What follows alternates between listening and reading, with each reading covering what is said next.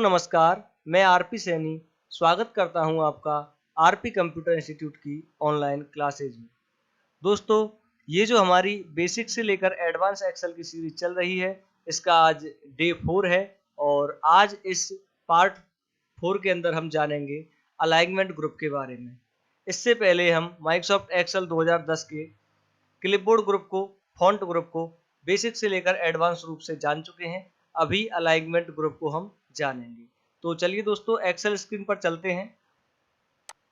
तो हम यहाँ पे एक्सेल स्क्रीन पर आ चुके हैं और ये जो मैंने एक रिकॉर्ड देखिए प्रॉपर तैयार किया है आपकी प्रैक्टिस के लिए। इस रिकॉर्ड में मैंने अलाइनमेंट ग्रुप का भरपूर प्रयोग किया है और उसके बाद मैंने इस रिकॉर्ड को प्रॉपर बनाया है। आप कहेंगे इसमें प्रॉपर बनाना क्या है? देखिए, यहाँ पे नेम जो लिखा है वो प्रॉपर आ रहा है। टोटल फीस जो लिखी है, जितने में फीस आ रही है मैंने उतना ही कॉलम का साइज किया है। बाकी हेडिंग जो है वो बाहर जा रही थी, लेकिन मैंने इसे एडजस्ट किया।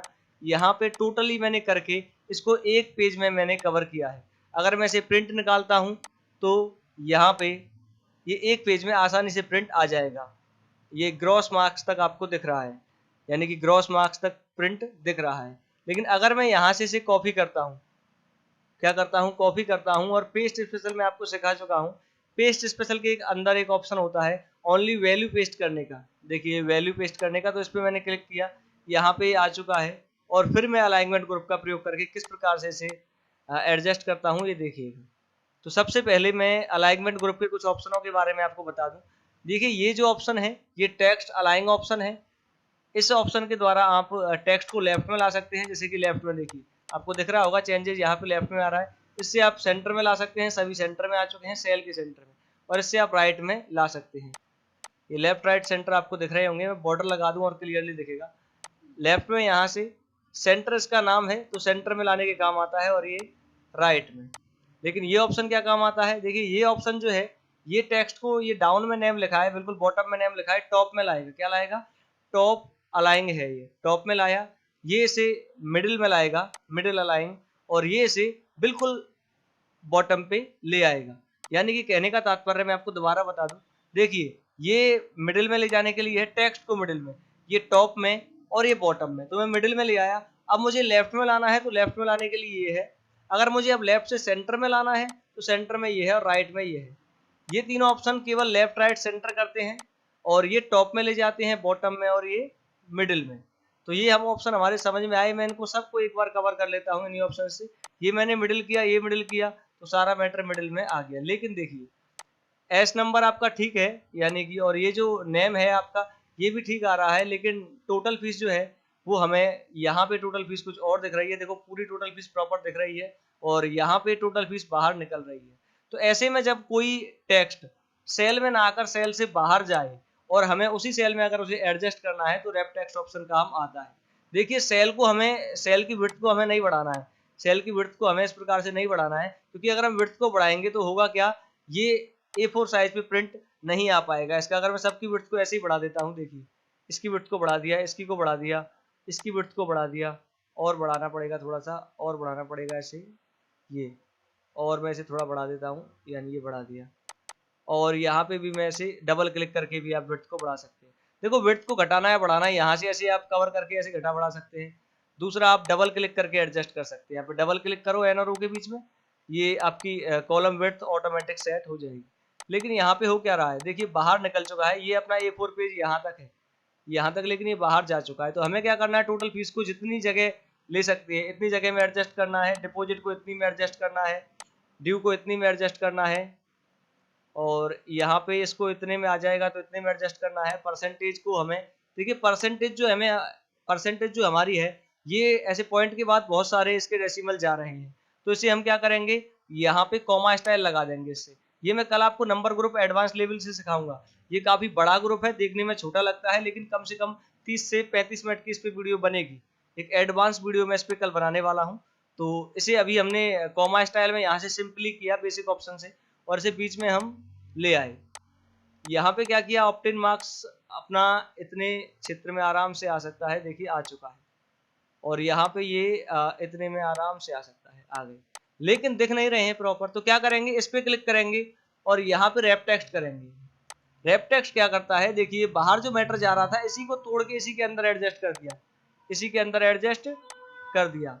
यहाँ पे डिपॉजिट फीस को भी ऐसे ही हम एडजस्ट कर सकते हैं, लेकिन डिपॉजिट हमें दिख रहा होगा, डिपॉजिट फीस ऐसे प्रॉपर है इसमें। देखिए इसका साइज ना, इसकी जो फॉर्मेट है, ये फॉर्मेट थोड़ा अलग है और ये फॉर्मेट अलग है। तो इसको बोल्ड कर देते हैं, साइज का बड़ा कर देते हैं और यहाँ से कैम्बिरिया राइटिंग लगा लेते हैं और कलर यहाँ से ये कर देते हैं। अभी समथिंग आपका साइज जो है डिपॉजिट का हम देख लेते हैं।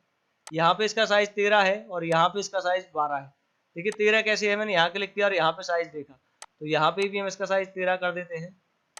13 सबका साइज प्रॉपर हो चुका है। अभी क्या करें, डिपॉजिट को तो हम ऐसे ही करेंगे, डिपॉजिट को तो हमने ऐसे ही कर दिया और यहाँ से ये, लेकिन ये जो फीस है आपकी, तो इसी भी मैं रैप टेक्स्ट करता हूँ। देखो ये रैप टेक्स्ट ऑप्शन क्या करेगा, तोड़कर इसी में से एडजस्ट कर देगा। ऐसे मैंने यहाँ से तोड़कर इसे ऐसे देखो क्लिक किया तो यहीं से टूट के इसी में एडजस्ट हो गया। ऐसे इसको टोटल मार्क्स को मैं ऐसे ही एडजस्ट करता हूँ और इसको भी मैं ऐसे परसेंटेज तो खड़ी करनी है मुझे।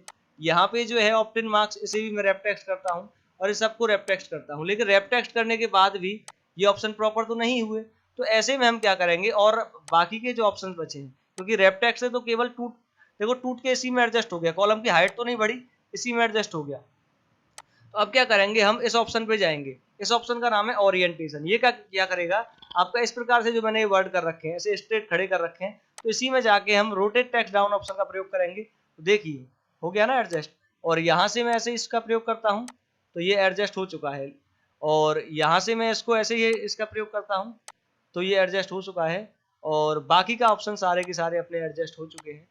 मैं यहाँ पे कलर भर देता हूँ यहाँ से, तो ये आपका सेम इसी की तरह रिकॉर्ड बन चुका है। तो ये ऐसे, मैं एक बार दोबारा से आपको बता दूं, देखो इन ऑप्शंस को समझा देता हूँ। ग्रॉस वाले जो ऑप्शन, ओरिएंटेशन वाले जो ऑप्शन है, सॉरी, तो यहाँ पे जाके मैं ऐसे क्रॉस वाइज करता हूँ तो ऐसे क्रॉस वाइज घूम जाता है।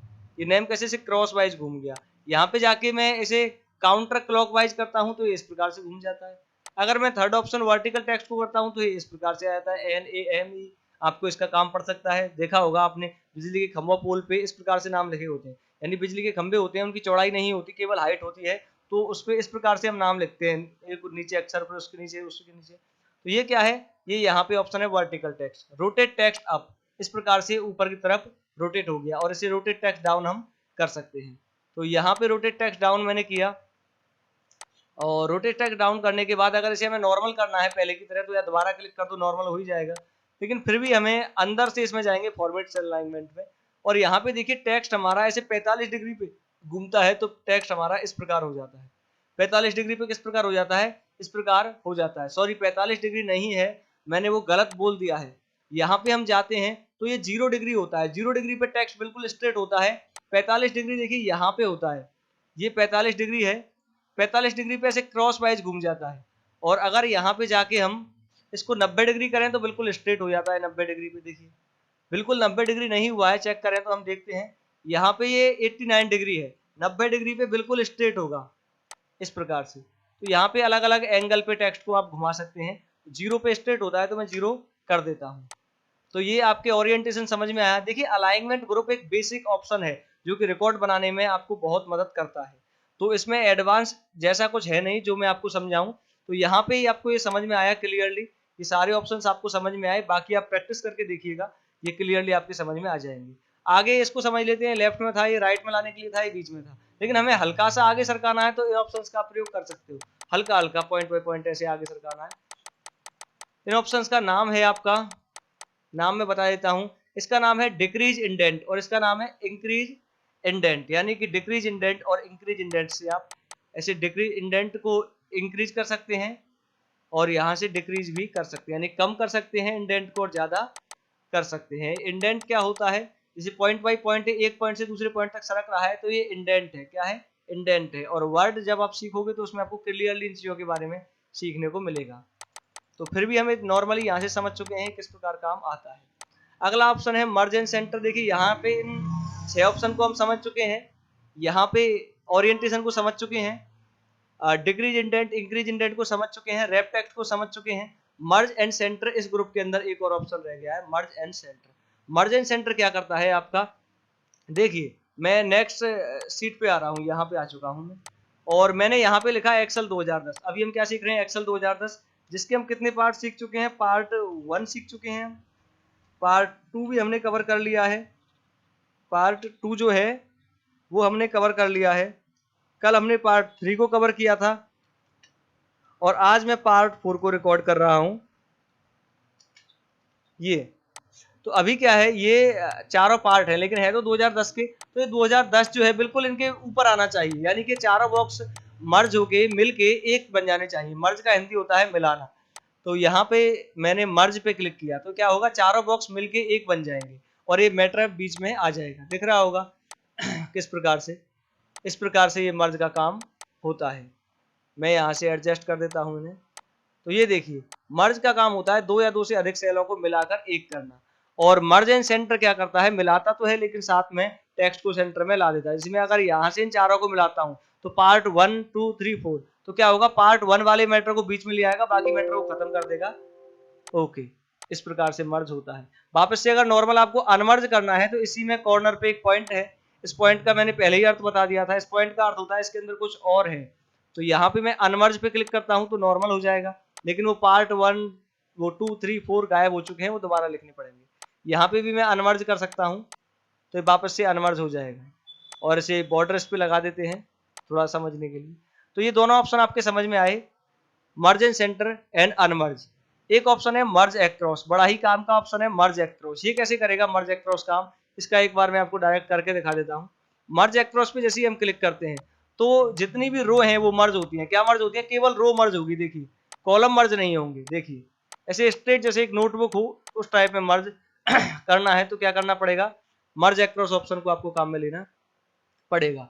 मर्ज एक्रॉस, अगर आप नॉर्मल, देखो आप सोच रहे हैं कि ये तो नॉर्मल भी हो सकता था, अगर आप नॉर्मल मर्ज एंड सेंटर करते तो होता क्या, देखिए ऊपर की जो जहां से आपने सेलेक्ट करना स्टार्ट किया यानी फर्स्ट सेल का मैटर बीच में आ जाएगा और बाकी सभी मर्ज हो जाएंगे इस प्रकार से।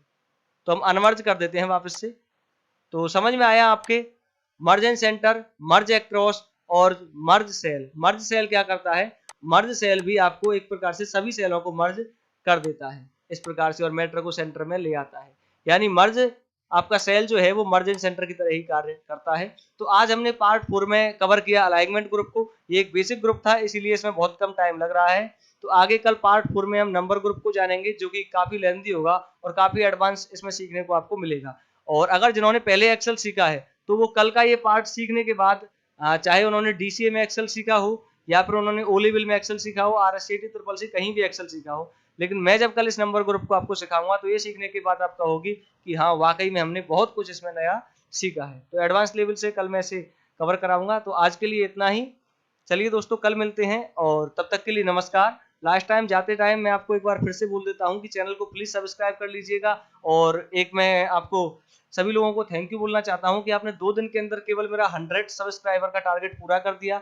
ऐसे ही मेरा 1000 सब्सक्राइबर का टारगेट है, उसे जल्दी से जल्दी पूरा करें। वीडियो को लाइक करें, चैनल को सब्सक्राइब करें और अपने दोस्तों को वीडियो को शेयर करें। तब तक के लिए नमस्कार, बाय बाय, टाटा।